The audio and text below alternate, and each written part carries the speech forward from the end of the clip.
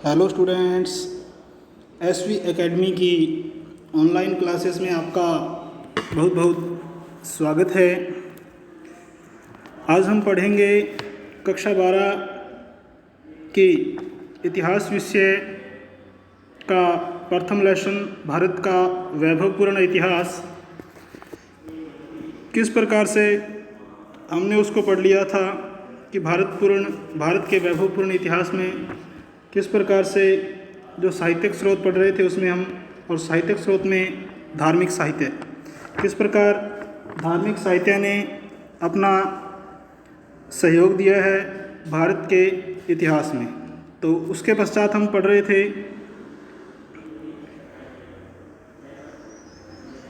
उसमें पढ़ लिया था हमने धर्मेतर साहित्य, जिसमें ऐतिहासिक ग्रंथ, विशुद्ध साहित्य ग्रंथ और विदेशी विवरण पढ़ लिया था।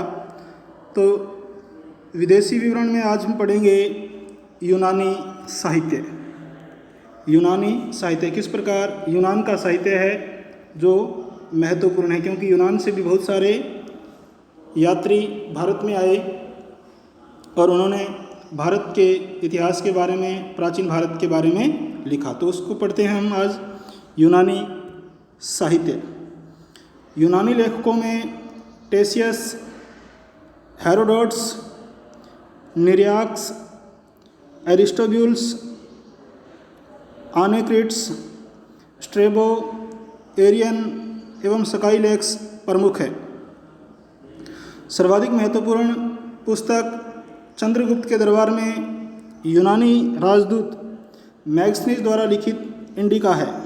इसको अंडरलाइन कर लेना, बहुत ही इंपॉर्टेंट क्वेश्चन है। सर्वाधिक महत्वपूर्ण पुस्तक चंद्रगुप्त के दरबार में यूनानी राजदूत मैग्सनीज द्वारा लिखित इंडिका। तो चंद्रगुप्त के दरबार में यूनानी राजदूत मैग्सनीज द्वारा लिखित इंडिका पुस्तक है भी। यूनानी विवरणों से चंद्रगुप्त मौर्य के प्रशासन, अब जो यूनानी यात्री आए उन्होंने इंडिका पुस्तक लिखी और उसमें क्या लिखा है, चंद्रगुप्त मौर्य के प्रशासन, समाज एवं आर्थिक स्थिति के बारे में। प्रशासन यानी कि उसका राजतंत्र कैसा था, उसका राज्य किस प्रकार चलता था, उस समय समाज में लोगों की स्थिति, सामाजिक स्थिति कैसी थी, किस प्रकार के रीति रिवाज लोग अपनाते थे, किस प्रकार अपने राजा से वो खुश थे या नहीं खुश थे, इस प्रकार से सामाजिक स्थिति और आर्थिक स्थिति। जो सबसे महत्वपूर्ण है आर्थिक स्थिति, यानी कि धन से संबंधित जो स्थिति थी वो कैसी थी, इसके बारे में हमें कौन सी पुस्तक, मैग्सनीज द्वारा लिखित इंडिका पुस्तक से विस्तृत जानकारी इसके बारे में मिलती है। यूनानी साहित्य में टोलमी का भूगोल, प्लिनी द एल्डर की नेचुरल हिस्ट्री, एरिस्टोब्यूल्स की history of the war, Strabo का भूगोल आदि विशेष उल्लेखनीय है। पेरिपल्स ऑफ द एरिथ्रियन सी पुस्तक में बंदरगाहों व व्यापार का विस्तृत विवरण मिलता है। तो आगे है चीनी विवरण। चीनी यात्रियों में फाहियान, सुंगयुन, हावेनसांग, जो कि यात्रियों का राजकुमार भी कहलाता है, सबसे महत्वपूर्ण यात्री है हावेनसांग, जो हर्षवर्धन के काल में भारत में आया था।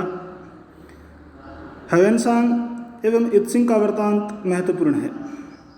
फाहियान गुप्त सम्राट चंद्रगुप्त द्वितीय के समय 399 से 414 ईस्वी तक यानी भारत आया था। हावेनसांग को यात्रियों का राजकुमार कहा जाता है। इस प्रश्न को अंडरलाइन कर लेना कि यात्रियों का राजकुमार किसे कहा जाता है। तो यात्रियों का राजकुमार किसे कहा जाता है भी, हावेनसांग को कहा जाता है।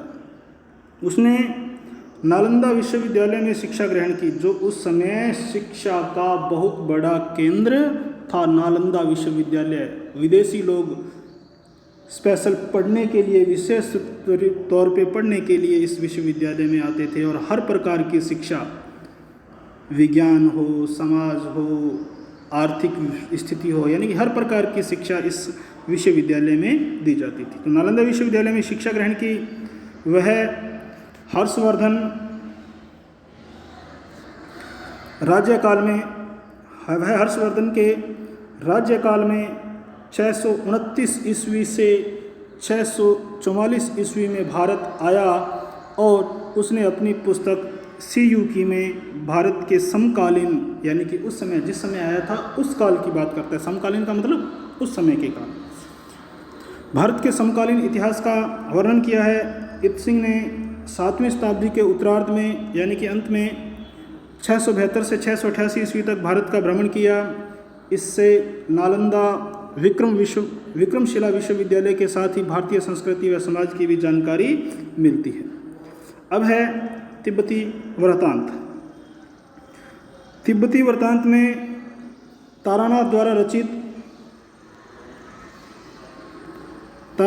रचित कंग्यूर व तंग्यूर ग्रंथों को उपयोगी माना गया। अंडरलाइन कर लेना, तारानाथ द्वारा तिब्बती था, ये तिब्बती यात्री था जो भारत आया तारानाथ, और इसके द्वारा रचित कंग्यूर व तंग्यूर ग्रंथों को उपयोगी माना गया है। अरबी यात्री और भूगोलवेताओं ने भी भारत के संबंध में जानकारी दी है। मसूदी ने अपनी पुस्तक मिडास ऑफ वर्ल्ड, अल मसूदी भी कहते हैं इसको, सीधा इसमें मसूदी लिखा है, इसका वैसे अल मसूदी था। अल मसूदी ने अपनी पुस्तक मिडास ऑफ वर्ल्ड में भारत का विवरण दिया है। अंडरलाइन कर लेना इसको भी। अल मसूदी ने अपनी पुस्तक मिडास ऑफ वर्ल्ड में भारत का विवरण दिया है और लिखा है कि भारत का राज्य स्थल व समुंदर दोनों पर था। भारत का जो राज्य था बहुत ही ज़्यादा विस्तृत था, यानी कि बहुत लंबा चौड़ा राज्य था जो स्थल और समुंदर यानी कि ज़मीन पे और पानी में भी दोनों पे जगह स्थित था। सिंध के इतिहास चचनामा में तथा सुलेमान नबी की पुस्तक सिलसिलात उल तवारीख में पाल प्रतिहार शासकों के बारे में लिखा है। अरबी लेखकों में अल बैरूनी तारीख़ हिंद सबसे महत्वपूर्ण है, जिसने संस्कृत भाषा सीखी। अरबी लेखक था कौन सा? अल बैरूनी। ऐसा शासक जिसने संस्कृत भाषा सीखी, तो क्या लिखोगे? अरबी लेखक था वो अल बैरूनी। जिसने संस्कृत भाषा सीखी वह मूल स्रोतों का अध्ययन करके, यानी कि जो मूल स्रोत थे इतिहास के, जो मूल मुख्य स्रोत थे, उनका अध्ययन करके अपनी पुस्तक तारीख़ उल हिंद में भारतीय समाज व संस्कृति के बारे में लिखा है। अब है इतिहास के स्रोत के रूप में वंशावली। इतिहास के स्वरूप के स्रोतों के रूप में क्या है? वंशावलियाँ, यानी कि विभिन्न वंशों की जो अवलियाँ हैं। भारतीय इतिहास में वंश लेखन परंपरा का स्थान महत्वपूर्ण रहा है। वंशावली लेखन परंपरा व्यक्ति के इतिहास को शुद्ध रूप से सहेज कर रखने की प्रणाली है। ये वंशावलियाँ होती हैं जिस प्रकार अपने समाज में बही बाट वगैरह होते हैं। हम जब अस्थि विसर्जन के लिए हरिद्वार वगैरह जाते हैं तो वहाँ बही बाट होते हैं जो अपना पूरा लेखा जोखा रखते हैं, तो वो वंशावलियाँ ही है एक प्रकार से रूप से सहेज कर रखने की प्रणाली है। यह एक ऐसी परंपरा है जिसमें वंशावली लेखक हर जाति वर्ग के घर घर जाकर प्रमुख लोगों की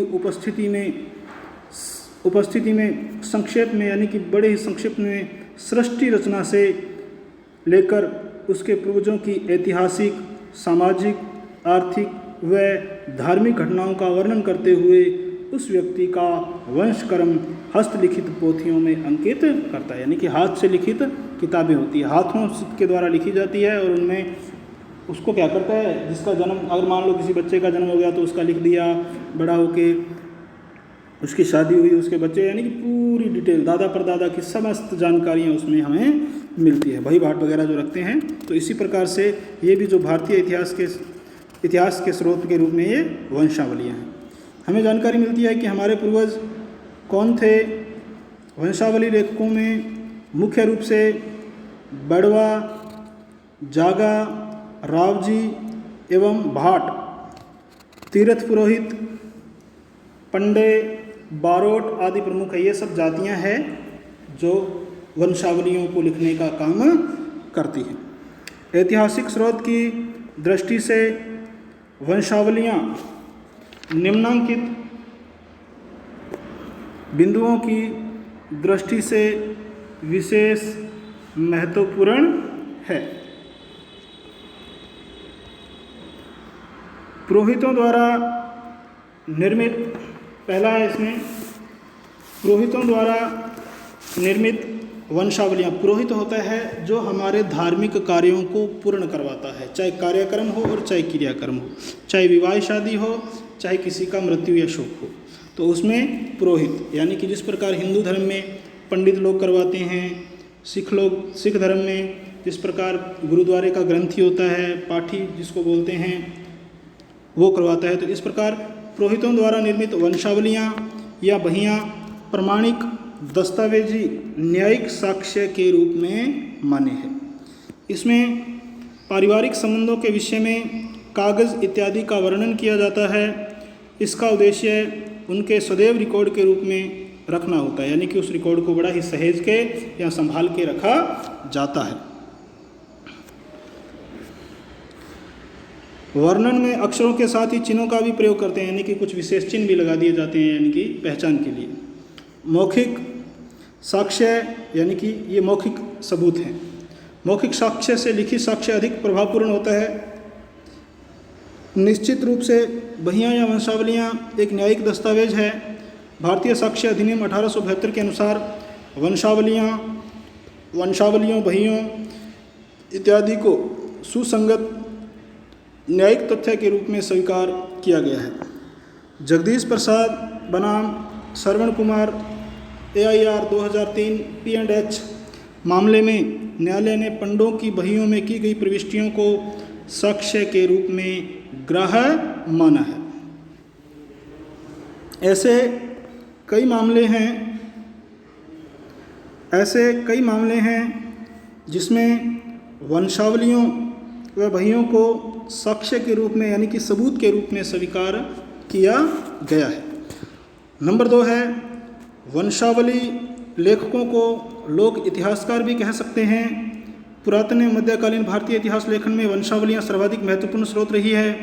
पुरातन ग्रंथ पुराणों में जो इतिहास उपलब्ध है उसमें वंशावलियों का महत्वपूर्ण आधार रहा है। कई ऐतिहासिक घटनाओं के प्रमाण वंशावलियों से मिलते हैं। अब है नंबर 3, वंशावलियों में प्रत्येक जाति व प्रत्येक व्यक्ति के इतिहास का लेखन हुआ है। उनके वंशानुक्रम की जानकारी हमें वंशावलियों से मिलती है। वंश लेखकों ने जातीय सामाजिक इतिहास की भी जानकारी दी है। समाज जिन महापुरुषों को अपना आदर्श मानता है, यानी कि जो महापुरुष थे और समाज उनको आदर्श मानता था, अपना श्रेष्ठ मानता था, परम मानता था, उनकी जानकारी भी हमें वंशावलियों से प्राप्त होती है। यानी कि जिस व्यक्तियों को जो पूज्य थे, लोग सम्मानित पुरुष थे, उन वंशावलियों से जानकारी हमें प्राप्त होती है। वंशावली लेखन परंपरा की शुरुआत वैदिक ऋषियों द्वारा समाज को सुसंगठित एवं सुव्यवस्थित करने की दृष्टि से की गई थी। यानी कि वंशावलियों की जो लेखन की परंपरा है वो किसके द्वारा? वैदिक काल से, यानी कि बहुत पुराने समय जो ऋषि थे उनके द्वारा समाज को सुसंगठित और सुव्यवस्थित, समाज को संगठित रूप में और सुव्यवस्थित रूप में दर्शाना, इस दृष्टि से की गई, जो हजारों वर्षों से आज भी अनवरत लगातार जारी है। वंशावली परंपरा के हस्तलिखित ग्रंथों से अनेक ऐतिहासिक पुरुषों का परिचय प्राप्त होता है। अब नंबर 4 है समाज के आर्थिक जीवन के विकास, यानी कि धन से संबंधित जो विकास, लोगों के व्यवसाय आदि का उल्लेख भी वंश लेखकों द्वारा किया गया है। वंशावली लेखक एक निश्चित समय तक व्यक्ति के आवास पर ही निवास करके इसका लेखन करता था, इसलिए उसमें यथार्थता यानी कि वास्तविकता दिखाई पड़ती है। 5वां है प्रत्येक व्यक्ति को अपनी परंपरा, संस्कृति, मूल निवास, विस्तार, वंश, कुल धर्म, कुलाचार, यानी कि अपने कुल में किस प्रकार का व्यवहार करना है, आचरण करना है, कुलाचार, गोत्र व पूर्वजों के नाम प्राप्त करने का सर्वाधिक विश्वसनीय स्रोत वंशावलियाँ ही है। यानी कि अगर किसी व्यक्ति की परंपरा देखनी है, संस्कृति देखनी है, उसका मूल निवास देखना है, वो किस वंश से था, किस गोत्र से था, कौन से उनके पूर्वज थे, तो सर्वाधिक विश्वसनीय स्रोत कौन सा है? वंशावलियाँ ही है। 6 है वंशावलियों द्वारा धर्मांतरित हिंदुओं को अपनी जड़ों का परिचय देकर आपसी विद्वेष को कम किया जा सकता है। द्वेष रूपी भावना को कम किया जा सकता है। इससे धार्मिक उन्माद और अलगाववाद को कम करके देश में सांप्रदायिक सहयोग और सद्भाव की भावना को बढ़ावा मिल सकता है। पुराणों में भी जो 5 लक्षण बताए गए हैं उनमें वंश रचना व वंशानुचरित प्रमुख लक्षण के रूप में अंकित है। जैसे सर्गश्च प्रतिसर्गश्च वंशो मनवंतराणि च वंशानुचरित्रम च पुराणम पंचलक्षणाम, अर्थात सृष्टि का सृजन यानी कि सृष्टि का निर्माण करना, प्रलय का आगमन यानी कि कोई प्राकृतिक आपदा आती है उसका आगमन, वंशों की रचना, किस प्रकार वंशों की रचना हुई, काल अवधि गणना, काल समय की गणना करना, एवं वंश चरित्र और वंश के चरित्र की चर्चा करना। इस प्रकार हम कह सकते हैं कि वंशावलियों के माध्यम से इतिहास के महत्वपूर्ण तथ्यों की जानकारी मिलती है। वंशावली लेखक घर घर जाकर इसका वाचन करते हैं। वाचन करने का मतलब है इसको पढ़ते हैं। तो आज के लिए इतना ही।